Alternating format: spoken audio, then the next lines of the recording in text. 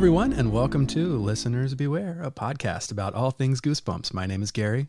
I'm Ashley. And today we're talking about book number 7. Got it right this time. Night of the Living Dummy, 7th book in the original Goosebumps book series, released in May of 1993. Now you might ask, what is Night of the Living Dummy about? Well, Gary, what is it about? Well, the synopsis on the back of the book says, he's no dummy. Lindy names the Sorry. It just, you do it so well. I know. Okay. I was barely holding it together anyways. Lindy names the ventriloquist dummy she finds Slappy. Slappy is kind of ugly, but he's a lot of fun. Lindy's having a great time learning to make Slappy move and talk, but Chris is jealous of all the attention her sister is getting. It's no fair. Why does Lindy have all the luck?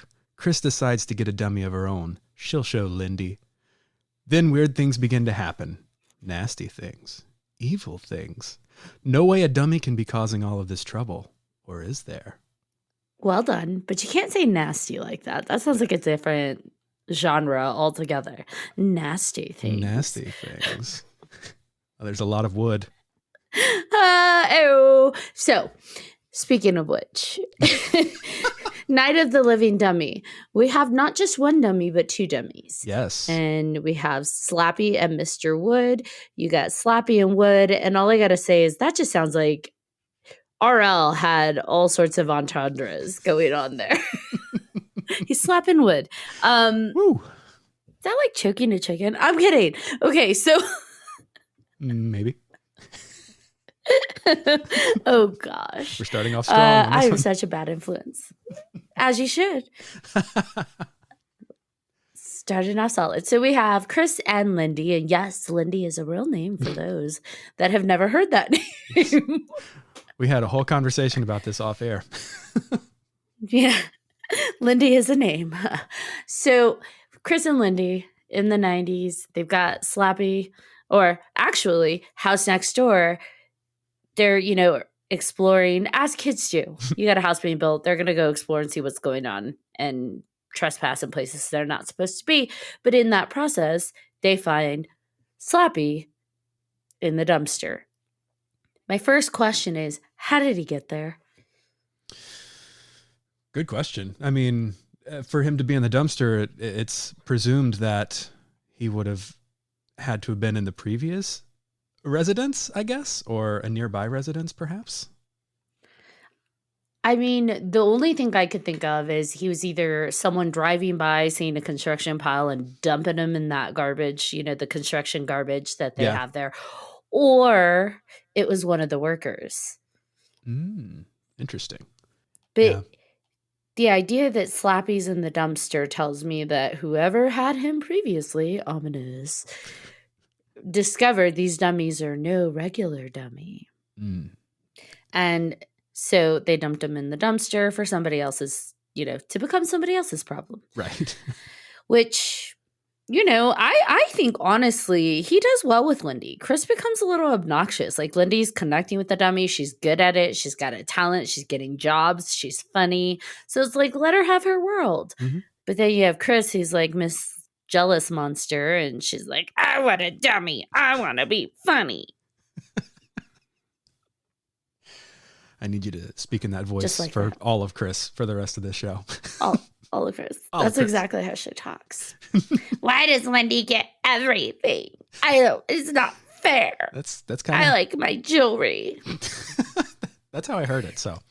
Spot on. That's exactly how she was. Thank you. So they're twins, and they're identical twins, and they dress alike. They talk alike. They like a lot of the same things, except obviously Chris has a big affinity towards costume jewelry, and Lindy's kind of a prankster. She's actually kind of a mean prankster. Yeah. Yeah, for sure. She's not. Well, actually, no. The prank she pulls is pretty epic and rude. So never mind. I can't say she's not as bad as Lefty, but she's Lefty's just obnoxious. She's a jerk. Lefty, for those that don't remember, is the brother from the previous book we talked about with the freaky mirror. Yep. Let's Get Invisible. Yep. Lefty was obnoxious and annoying and didn't listen, but right. Chris or I'm sorry, but Lindy was just mean. She was. We're going back to back with rude siblings for sure. She's extra mean though, because it goes further than the prank. Like her sister's crying and terrified, and she's kind of evil about it. She starts laughing at her and is like, "See, I got you. This is what you get for always being a copycat. This is exactly." And it's like, whoa. Yeah. And like she's like that little villain that you hear in the movies that's like tells you everything they did, all a part of their plan, and it's like, "Yep, I sure did do this," and talk, mean to you and nasty with the dummy, and then I sure did do that. And it's like, wow, he's a dick. She belongs in the mirror world.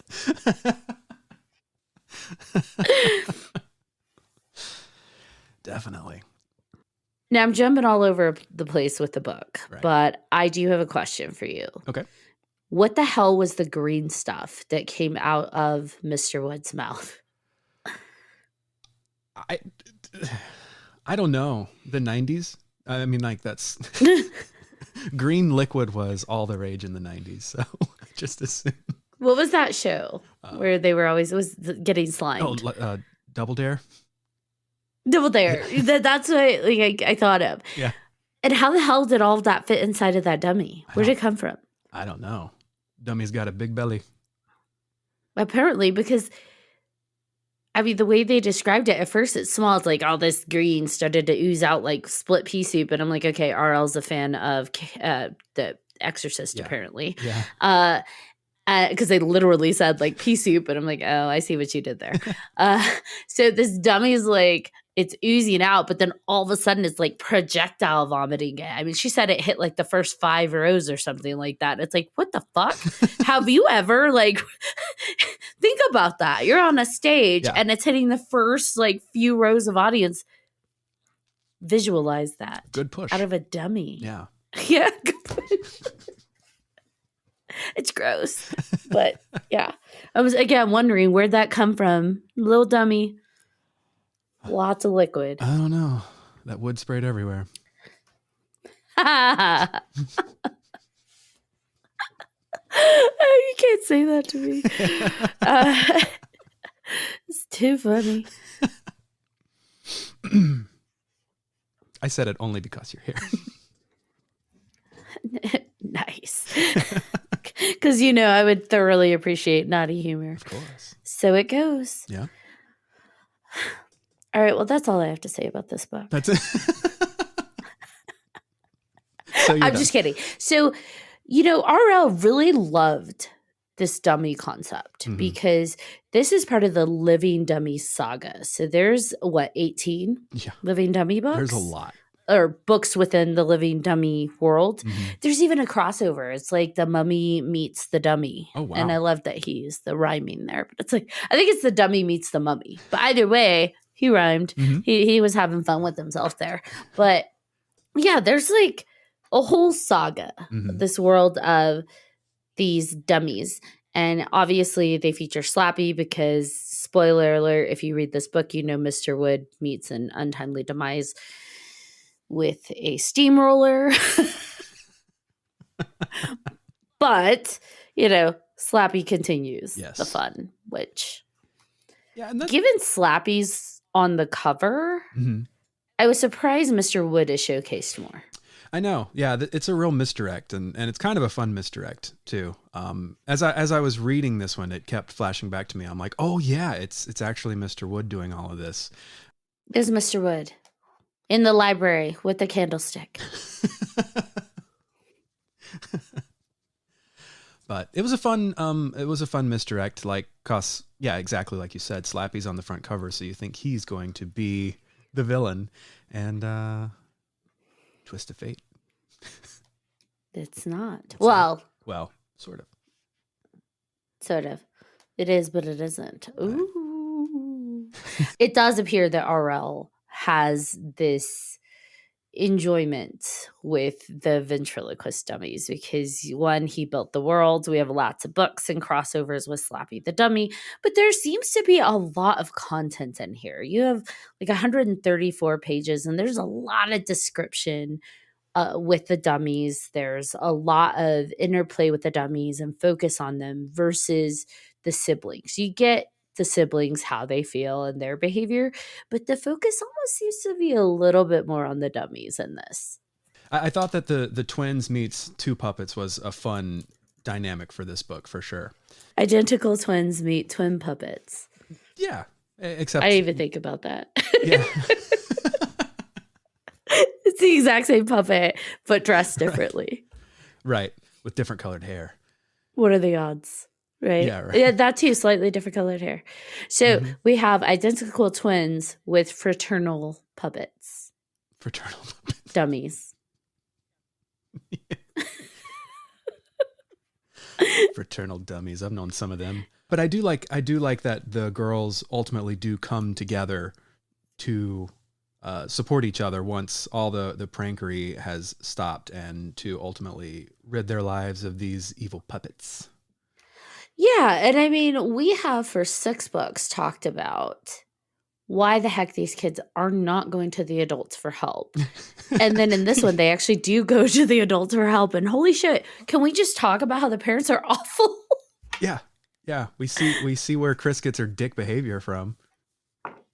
Apparently, Apple did not fall far from the tree because, they are mean. Like, I get it. I am that parent that has kids that bicker and fight all the time. But when your kids are in distress, you know it. Mm-hmm. And obviously, these kids are in distress. They're screaming, crying, and it's like, nah, quit fighting. And what do? They leave them alone. And then they're like, we're going shopping. Like, is that how kids see us? Like, you deal with these possessed dummies. We're going shopping. I mean, well, so if your kids came to you and told you that they were dealing with a possessed dummy, actually, you would probably believe them, right? Yes. Given the world that I exist in, I mean, have we not listened to my podcast? Yeah, you're right. Yeah, I would. Yeah. I'd be like, oh, shoot. All right, let's take it and drop it off in a dumpster and let it be someone else's problem. Let's go find a steamroller. I'm just kidding. No, I would believe it, honestly. Or at least if I didn't believe the doll was actually possessed, I would take seriously that they believe it and figure out what's going on, what's driving that. These parents were just like, I'm tired of your behavior. You're fighting. Go to your room. And we're going shopping. Right. Like, what? Your daughter's literally straddling a dummy in the middle of the night on the floor, saying that it's alive, while the other one's saying, I think I saw it move. Like, if nothing else, that probably warrants like a family meeting. If nothing else. If not for possession, then for the, maybe it's time for that talk. There's a little bit of psychosis going on. And like, just saying, like, I don't know. There's a lot to process. And to your point, yes, they were awful to each other. But when shit got real, they did come together to really fix it. And that was nice. They didn't stay fighting in that aspect and like turn against each other. They're like, oh gosh, what are we going to do? Now, I'm sure, after that happened, they went back to fighting in old ways. But at least for that moment in time. Right. But I also love the buckets full of skepticism that both of them had leading into believing. As they should have. Yeah. Like, they didn't auto-believe. Now, in this case, it really was a thing. Like, the dolls were possessed. But actually, they weren't at first. I will say that. Like, at least the implication is the dolls really were just dummies and, being controlled by the girls until she read that script of whatever that, incantation spell was. Incantation for the I like that word. Yes, the incantation for bringing the dummy to life. They technically were not animated until then. Right. Karu Mari Odana Loma Malonu Karano, I believe is. I hope you don't have any dummies in your room. I am surrounded by small plastic things. Uh-oh, you're in trouble now. Night of the Living Funkos. So that will be an interesting experience for you. And that dummy was mean. Like, he had a mouth on him. Like, RL did not hold back. No. Like, the series of fat jokes that the dummy made at the teacher, I was like, whoa, that's brutal. Yeah. Yeah.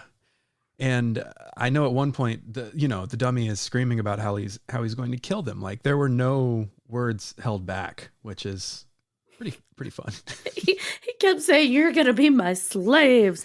Now, interestingly enough, to your point, this isn't just a dummy that's animated and they're tackling and stuff. Like, he literally almost chokes out the dog. Like, he almost strangles the dog to death, and the dog's like whimpering and gasping. And I was like, wow, this is getting real. Like, for me, I was just like, don't kill the dog. I don't remember the dog dying in this. It wouldn't be the first time. Poor Petey. Not that way. Choked out. Whew. Yeah, that was uncomfortable. I was like, whoa, this is for children? I need an adult. Yeah, I was that was like, the way he described, like, the fingers just clenching, the dummy fingers clenching around the dog, and the dog's like slowly being choked to death. I was like, holy cow, RL. A little bit of aggression here. I think he was mad at his dog at that moment in time. RL was annoyed by his dog and writing it out. Whatever helps him work through it and not hurt an animal. That I'm all for it. Speaking of the dog, yes, not the most creative name that RL has come up with in a book series. His dog's in like almost every book. Yeah. And Barky. Really? Classic. Barky. Classic Barky. How original, right? Like, here we have Barky. Mm-hmm. With that said, yeah. What was I going to say? Oh, I think it was probably Chris that named him because, Lindy, I think Chris is not the brightest one because Lindy's like, I got Slappy, which, slap happy, like slapstick comedy. Like, there's so many origins behind that could have, where she came up with that name. But then you have Chris, who's like, Mr. Wood. Like, all right, way to state the obvious. I think she named Barky. That's some good backstory. I'm just saying. If I had to guess, I think Chris named Barky because really, Mr. Wood. I think RL, this was like a throwaway book for him to an extent. Like, he really focused on the dummies, but I think he did not really want to go creative on anything else. He's like, look, guys, you got a description out of me. That's as good as it gets. Barky, Mr. Wood. But hold on, this is going to build a legacy somehow. But yeah, like, don't worry. I'm gonna do over. We're gonna have better books, and it's gonna be okay. That's right. What language was that incantation, do you suppose? Ooh, I don't know. I stared at it for a while. Like, can these letters be repositioned to form something else? I don't know. Was his wife's name Donna? Like anagrams. He says, "Oh, Donna." Oh, Donna. Oh, Donna. Honestly, I looked at them to see if there was a unique thing to them too. Like, is it backwards? Mm-hmm. Is it, Pig Latin or whatever? Trying to make sense of them. Had no idea. So he may have had an origin on that. Obviously, he made it up. He wrote it, but I couldn't figure it out. Yeah. Do you suppose the dummies' language changes when they're animated to fit whoever has them? Oh, interesting. So if they ship these dummies to Djibouti, then it had to be Djibouti. It's always Djibouti. Damn right it is. They're like, what are you working out at the gym today? Djibouti. It's Djibouti Day. Oh my God.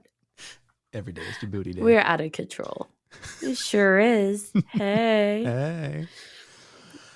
Okay, so all I can picture is Slappy going to, like, being shipped off or found in Mexico, and him being animated, waking up and being like, "Órale, amigo." And just, like, insulting people in Spanish. That would be awesome. That would be great. Slappy is multilingual, so Yeah. he ain't no dummy. Mm-hmm. That's true. Who do you think was older, Mr. Wood or Slappy? Or I'm gonna say Mr. Wood was the prototype, and then yeah. they made Slappy because he was found in a thrift It's store, interesting because or Slappy was in the dumpster, Mr. Wood was the pawn shop. pawn shop. Yeah, yeah. I mean, I would actually really like, and maybe in one of the 18 books he gets into it, but I would like to know the origin of this dummy, where he came from, what makes him evil, what this magic is that surrounds him. Well, I have news for you. Okay. Slappy actually has a son. The Son of Slappy Mm-hmm. is a book, Son of Slappy. There's also The Ghost of Slappy. So I wonder if there is an origin of Slappy in there somewhere. I would love that. Yeah. Any Bride of Slappy? There is Bride of the Living Dummy. Nice. So I feel like even if it's not one of the original series, we should probably go into the Living Dummy saga just so we know, because I have to know. Yeah. What happens to Slappy? Is there an origin story in there? And I have to know. How does he become a ghost? How does he procreate? Well, He's got a bride. He's got a son. So with his wood? he's made of wood. He is made of wood. That just reminded me of Full House. Yeah. Did somebody say wood? I kept thinking that the whole time. It made it such. Every time I'm like, Mr. Word, I'm like, fuck this book. Fuck you, Dave Coulier. I love the fuck this book. I don't do dolls. I know we've discussed that before. Dolls don't scare me. Dolls don't do it for me. I find them comical. Yeah. These dolls had little like potty. I feel like they were borderline potty mouth dolls. If this hadn't been a children's book, I do feel RL would have put in some expletives there. The energy was very obscenely expletive. He just couldn't quite go there. So those are some potty mouth dolls. Oh, for sure. For sure. And I'm with you too. I'm not crazy about the doll dynamic. I like my dolls nice, like Buzz and Woody. I don't really like, I don't Annabelle? care for the killer doll concept. I do like, there's this movie from the 70s or 80s called Magic with Anthony Hopkins about he's got a split personality and he's killing people with the doll. Like, I like that concept. I like the idea of Scarface and Mr. Wesker from the Batman storyline of a person who has split personality and he's projecting through a doll. Like, that's fun to me. The idea of dolls coming to life, not so much. I'm with you. A doll as a mechanism to something else is one thing, but it just like a killer possessed evil doll. Not my favorite, not a thing. Only because I am very like, well, why don't you just do this to the doll? Like, it really isn't that complicated unless the doll has some kind of power, in which case it's not really a doll. Like, if the doll can telepathically like slam you with stuff. Well, okay. That's not just a doll. That's a beyond a doll, but like just a doll like Chucky running around with a knife and like little size 2 toddler shoes on. I'm like, come the fuck on. Which we see in this, right? We see the girls tackle the doll, apply body weight, tie him up, put him in a suitcase, like rightfully so. And I like that they had logic. She's like, pull its head off. Here, let's cut its head off. And he's like, I have powers. And so it just like, it didn't work. Yeah. But at least they were logical about it, because in adult movies, we don't see that. You know, they're not like, let's disassemble it. Let's set it on fire. They're like, oh, no, it's a doll. Run. Hide. These girls were problem solvers. Yes, for sure. Yeah. I also like that the dolls themselves seem to have supernatural strength in a way. Like, they weren't just flimsy pieces of wood. They were, strong, powerful. And because they're wood. Well, They would. Could you imagine if they were made of like plastic or silicone? Right. Like I do like that these are wooden dolls. Like that had to hurt when they said that like Mr. Wood punches her in the stomach. I'm like, ouch. He's made of wood. That hurt. He's mean. He is I do mean. like that he punches her though. Full and on. he bites her a lot. Yeah. Well, he's got a kink. Don't we all? Now, my question is, does it hurt to be bitten by wood? Because usually when you're bitten, it hurts because it's like sharp. They're sharp teeth. Right. But like the dummies have the flat wooden teeth. Is that going to hurt? I guess it's pinching to an extent. It's pinching. Also, if they have splintery teeth, that would probably suck. Splintery teeth. What? That's a thing. Did he brush his teeth? Because he bites her often. He does. And it's like, oh, he's a mean one. Yep. Mr. Wood. You're a mean one. Mr. Wood.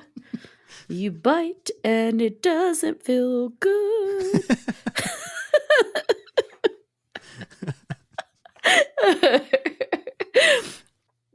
I have a joke for you. I figured you might. I figured you might. Lay it on me. What did the doll say to the toy store owner? I don't know. You must be delighted to see me. Delighted. Oh, delighted. I should have emphasized the delighted a little more.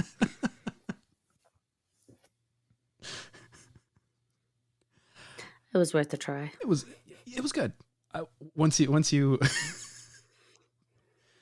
emphasized, I got it. What kind of parties do dolls like to throw? I don't know. Barbecues. I have been redeemed. That's a good one. Fits the killer puppet motif very well. I'm pretty sure they'd fry some Barbies. I mean, as one should. I heard she's got killer legs.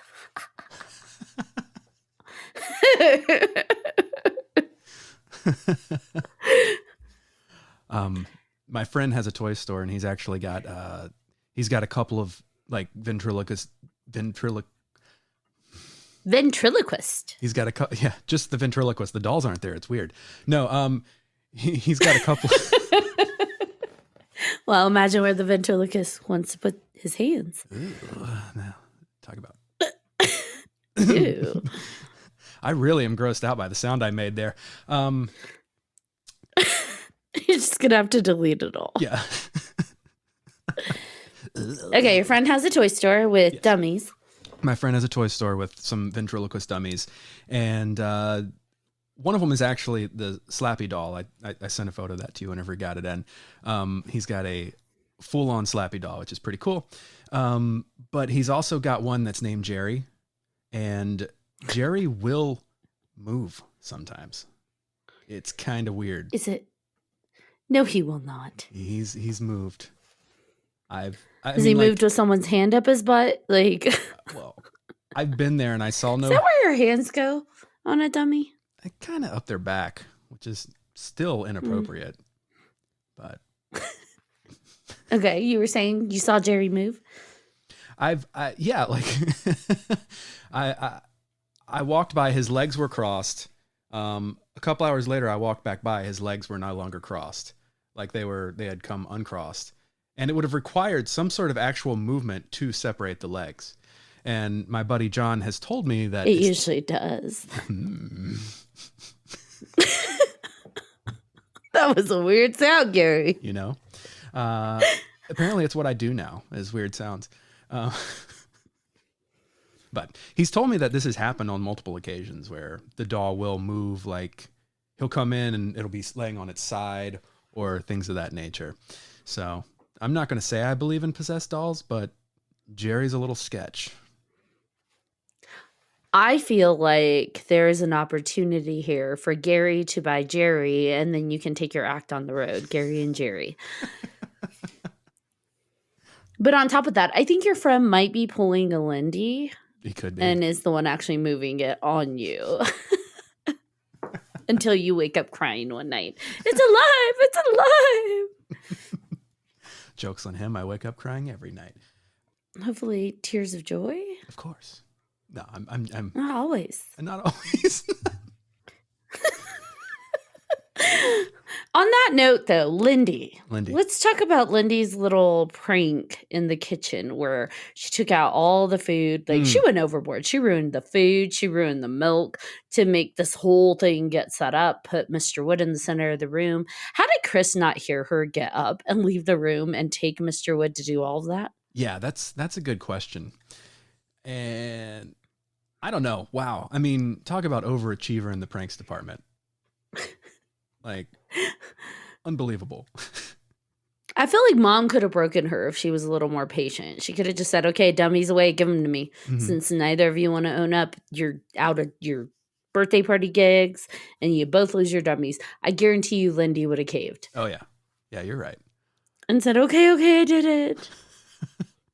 Mom's not tough enough. Instead, she made her and Chris take the blame. I was like, how rude and brilliant and rude. More Full House catchphrases there. How rude. How rude. I mean, she is, like, you think about that, like, she's pretty Machiavellian. She did these awful things and went way overboard and then somehow manages to twist it so that Chris is responsible for part of it. And she's pretty nasty. Like, I'd be watching Lindy. Watch that one. Yeah, she's definitely got a future in crime. Or politics. Which is arguably the same thing, I guess. For sure. So the green, same thing, the green ooze that came out of and projectiled out of Mr. Wood gets crushed out of him by the steamroller and floats up into the air. Now, do you suppose it was the incantation that brought Mr. Slappy to life? Because she read it in the room with both dummies in the room, or and he was just kind of like Lindy, little Machiavellian, just waiting for shit to happen because he's like, Mr. Wood's gonna get himself taken out. Right. He doesn't have patience. Or do you suppose it was when the green puff of cloud that came out of Mr. Wood came up, went through the window and into Mr. Slappy or Slappy? Mr. Slappy. He's no mister. He's no mister into Slappy because Slappy is his father. The implication when they walked in is the window was open. Yes. So, yeah, you're right. I like the idea of the green smoke rising into the window. I mean, that's probably the logical assumption because, I mean, why else would he mention that the window was open? Yeah. Unless it's to hint that Slappy is the one who opened the window because he's sentient now. Ooh. I also feel that it has to be the dolls, the specific dummies that they are. I think the incantation is tied specifically to the dummies. I don't think you could read the incantation to a Barbie doll or a Ken and then suddenly it's animated. I think it has to do directly with the dummies. And the reason I say that is because let's say hypothetically the toxic green stuff is what animates them. I think they're sentient all along. They're just able to animate and move because of what Slappy says at the end. Right. He says, man, I'm glad you got rid of that other guy. Ha, ha, ha. So he was aware of Mr. Wood. He knew about him all along. And so I do think, in theory, they're sentient. They're always aware, but they can't move. Right. Until the incantation is read, which has to be a miserable existence. Yeah. Yeah. Huh. I wonder if it's the type of wood that they are. Like if that's the origin. Like it can only affect dummies made of this particular kind of wood. Like magic wood. Or maybe it's like Puppet Master vibes. If you don't know what that is, listeners, educate yourselves. Maybe it's Puppet Master vibes. You get this one guy making a bunch of different dummies because they're all similar, right? But they have variations. So maybe there's more of these out there. And obviously, because he finds a bride. Yeah. And so there's like this whole collection of them around the world. And when the incantation is read, they run amok, amok, amok. And what if he reads the incantation? Can he animate? Is that how his bride? Like, I have to read the rest. We have to know. Yeah, good questions. What if his wife is just Mr. Wood and Drag? I mean, if you look at the cover art for that one, it looks like it. Looks like they just threw some makeup, some rouge on her. I mean, it's true. Actually, she looks a little scarier, to be honest. She looks like she's got like the drag eyebrows with like the blue eyeshadow and big red circles. So it is Mr. Wood. She's kind of alarming. She's a little bit alarming. Yeah. She's got Bride of Frankenstein hair too. Like, nice little throwback. Nice. And I think given this is the horror genre for kids, it's like, terror for toddlers. I do like that he's doing nods to adult horror. Mm-hmm. So he does very much emphasize mom's reading a Stephen King book when she's in bed. Yep. And the girls startle her. And then you've got Bride of the Living Dummy, and she's got the Bride of Frankenstein kind of streaks going on. And it's like, okay, I see your cute little nods to adult horror. Yeah, for sure. It's maybe it's the spark that, ignited my interest in such things. I don't know. There were like the little subliminal placements going on. Yeah. And so you didn't even realize you were being groomed for adult horror. That sounds wrong. But, I said what I said. Young Gary sitting there reading Night of the Living Dummy just looks up, blank expression, must watch Frankenstein. Must watch Exorcist, Pea Soup, Stephen King books.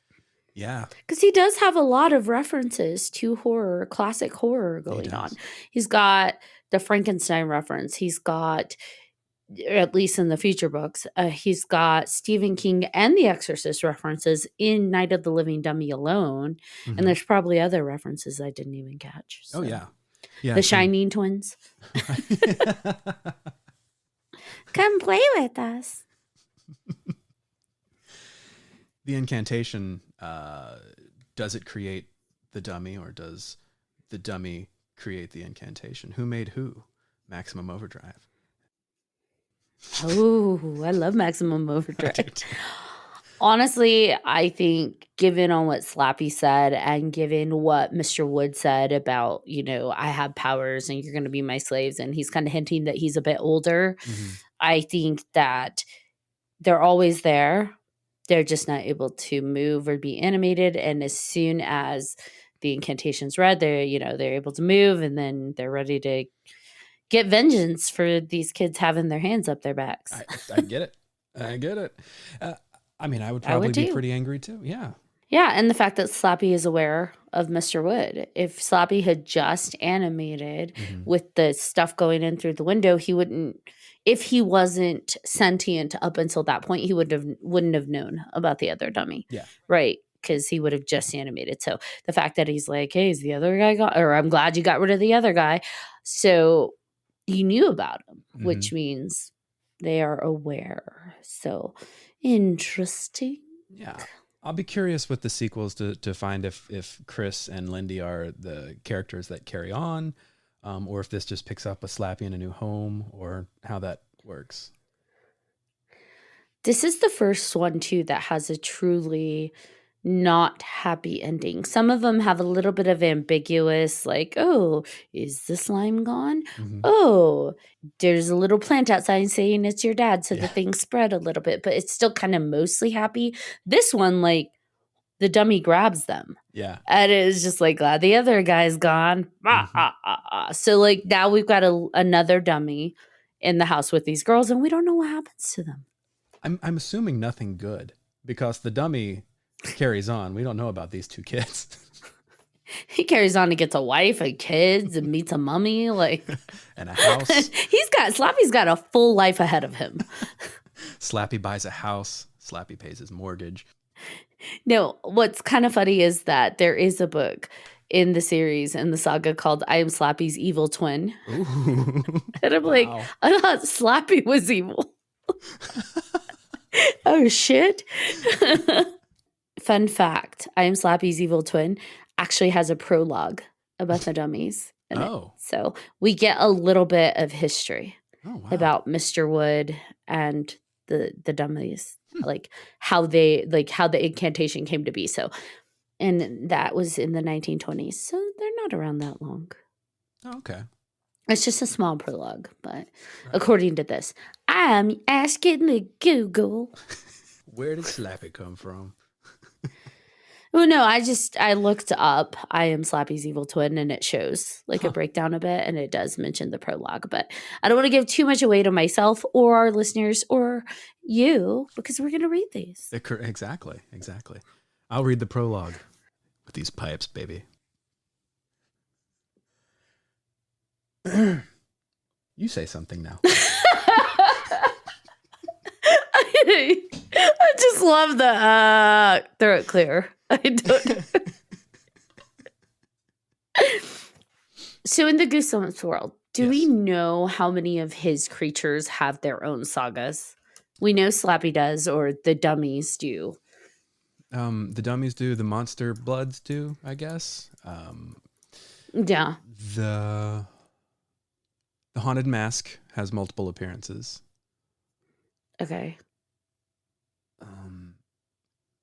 There's like 3 Deep Trouble books, and the Say Cheese and Die one does too, right? It has a few. Oh yeah, Say Cheese and Die again. I think. Say Cheese and Die Screaming. The Mummy. The Mummy. Mummy has a few. Although there's an argument to be made that we don't really see the Mummy in the first one, so I don't know if that counts. Right. But the rest of them. Maybe. Or it'll be more of a false lead. Probably. As one does. Oh, quit being lazy. Yeah. No, I'm kidding. Stop teasing me. Okay, so far we've got Welcome to Dead House, Stay Out of the Basement, Monster Blood, Say Cheese and Die, The Curse of the Mummy's Tomb, Let's Get Invisible, and Night of the Living Dummies. So as we get further along, I'm not going to read them all out. That's going to get very long, and I don't have that big of lungs. No, that was not a boob joke. So, well, with that said, out of the 7 that we have read so far, where would you rank this one? I expected to rank it very low, but I actually did kind of have fun with it. The misdirect was nice, and the fact that it wasn't about Slappy until the very end was also kind of pleasant. Because I'll never forgive Slappy for taking Curly's thunder away. Curly was the cooler Goosebumps mascot, in my opinion. But it's towards the mid-bottom, I would say. What about for you? Well, I'd say it's a middle for me. It's just kind of solidly through the middle. I think that it's a little obnoxious. The parents are troublesome and worrisome to me because when other things happen in their kids' lives as they grow up, I kind of have a feeling the parents aren't going to handle it very well. But here we are. Yeah. But I do feel the dummies themselves were actually written pretty interesting. Obviously we have more questions about them. So he did a good enough job of setting up that world where we want to know more. Mm-hmm. So, and we're willing to read the saga. Yeah. With 18 books. So I'd say it's a solid middle for me. Yeah, I think it says a lot that I think we were both kind of going into this low-key dreading it. And the fact that we want to read 18 books says something for it, right? Yes. And the fact that we had so many opportunities to make dirty jokes. Like, how could I not want to continue in that? This one is dirtier than most. Of course. Not as creative when it came to naming, but definitely jokes galore. Oh, yeah. No Mr. Wood next time, though, so bummer.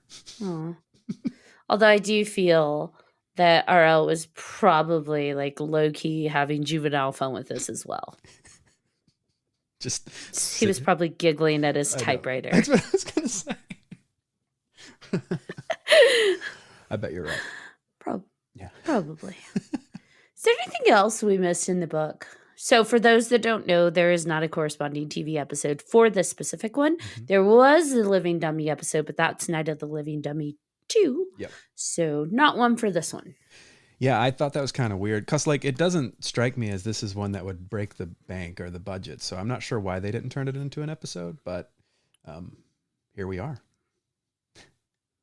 Probably because they couldn't figure out how to do split pea soup, projectile vomiting onto 5 rows. That probably would break the bank. That's true. Yeah. Although Nickelodeon probably had like ooze aplenty to share. They got Just saying. gag for days. Ooze 'em all. Yeah, ooze 'em all. And probably the 5 back-to-back fat jokes probably were not going to make it into the mix. They would like, it was really mean. It was really mean. Yeah, I kind of wonder if the overall viciousness of the dummies too, like in this one, I wonder if they'll tone Slappy down in future entries because Mr. Wood's kind of a psychopath. And maybe Slappy's more of a creative genius whenever it comes to being troublesome. Kind of a psychopath. Kind of. He tried to strangle the dog. That's true. That's a full-on psychopath. He went straight for the dog. He was 100% psychopath. He's like, I can't take Utah creatures, but I can take this little Chiweenie. Ooh, but Good point. Yeah. Or whatever kind of dog it was. I keep blocking that part out because I don't want to remember it. I do love that, you know, the steamroller guy thought he ran over a kid. He's like, I could have sworn I saw it running. And they're like, no. Maybe a little bit. It's just running just a bit.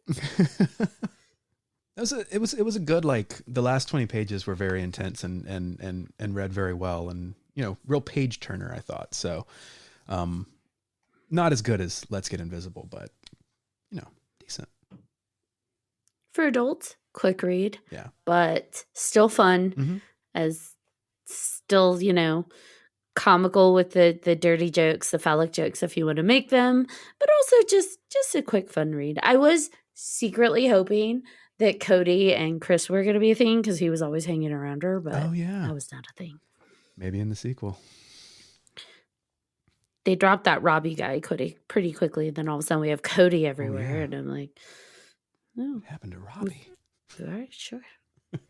Because Cody's even walking her home and watching her ventriloquist show, and he doesn't want to hurt her feelings. And it's like, my girl, I think you're looking at the wrong guy. This one's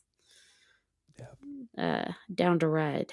Get your hand out of that dummy's ass and hold that boy's hand, girl. Ew. I mean, wash it first. Wash it first. Especially knowing that the dummy's alive or whatever. I mean, so I feel like there's a joke there because like they have to pull the strings to activate his mouth. So it's like there's got to be a joke about pulling strings.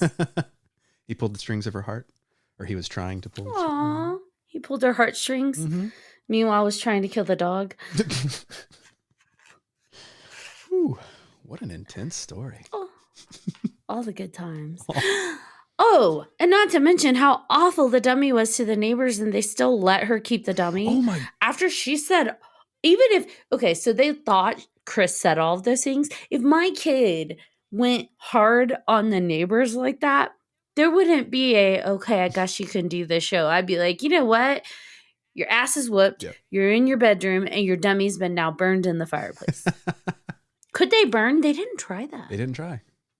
Just cover that bitch in gas and set him on fire. That would have been It might have worked. It might have. Steamroller worked. Yeah. Yeah.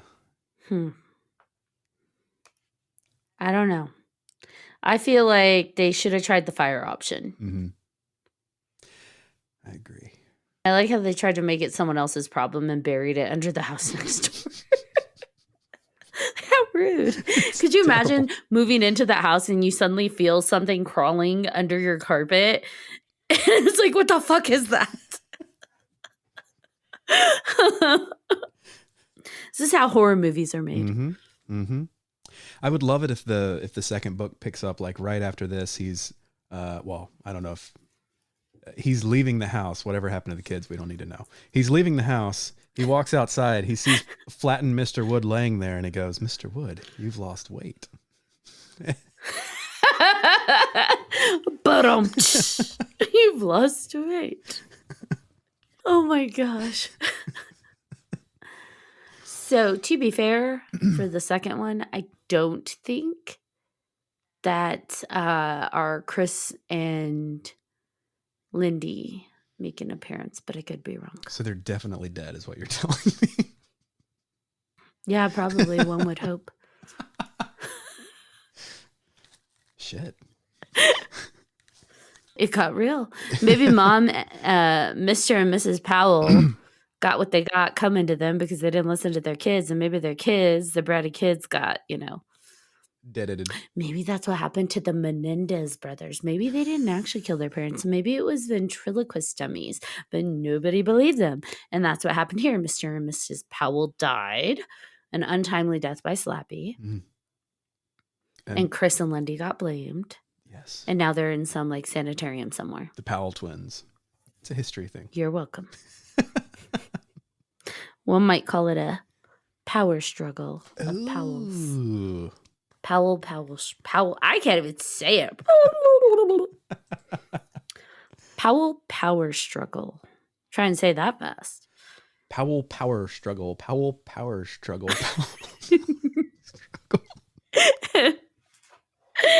Oh, man. So what book do we have coming up next? Next up, we have The Girl Who Cried Monster. Ooh, that is the 8th book of the series. And what subgenre do we have going with that one? I don't know. I don't remember this one. Really? Yeah. I'm guessing based on the book cover that the teacher is a monster and nobody believes the girl or boy, whatever that is, peeping around the corner. So obviously it's a play on the girl or the boy who cried wolf. Yes, yeah. But it's the girl who cried monster. So yeah, we'll see who's the monster. The cover does seem to imply it's that teacher librarian person. Why is he wearing a poker visor though? I don't know, but I guess we're gonna find out. To teach children the evils of poker. Yeah. Don't gamble, children. All right, well, I'm looking forward to reading The Girl Who Cried Monster and heckling it ruthlessly with you. Likewise. It's going to be a good time. Hell yes. Thanks to everyone for tuning in to Listeners Beware, a podcast about all things Goosebumps. Are you looking for more spooky podcast content? Check out 3 Haunted Podcast, where Ashley and friends talk about all things to give you goosebumps. You can find us on all streaming networks and 3hauntedpodcast.com. And if you want something that's nostalgic and not quite as spooky, find me at the Wax Nostalgic Network, wherever podcasts and videos are available. I got to stop saying that. It's only available on YouTube. Why do I say that? On podcasts and YouTube. By episode 62, I'll be really good at this. And stay tuned, guys, because we'll eventually have merch out so that you can represent your favorite Goosebumps podcast hosted by your favorite hosts, Ashley and Gary. Until next time. I like the idea of twins. You like twins. Most guys do. Okay. Speaking of the dog, Yes. not the most creative name that RL has come up with in a book series. Barky. Barky. Really? Classic. Barky. Classic Barky. Our third dog, first one was Panty. Next one was... Oh, wait, hold on. That's something else. What? Different series. I was going Panty, then Whimpery, then Barky, but I gotta stop at Panty. Panty, whimpery. You got things on the mind, Gary. Like you're in a mood today. Perhaps.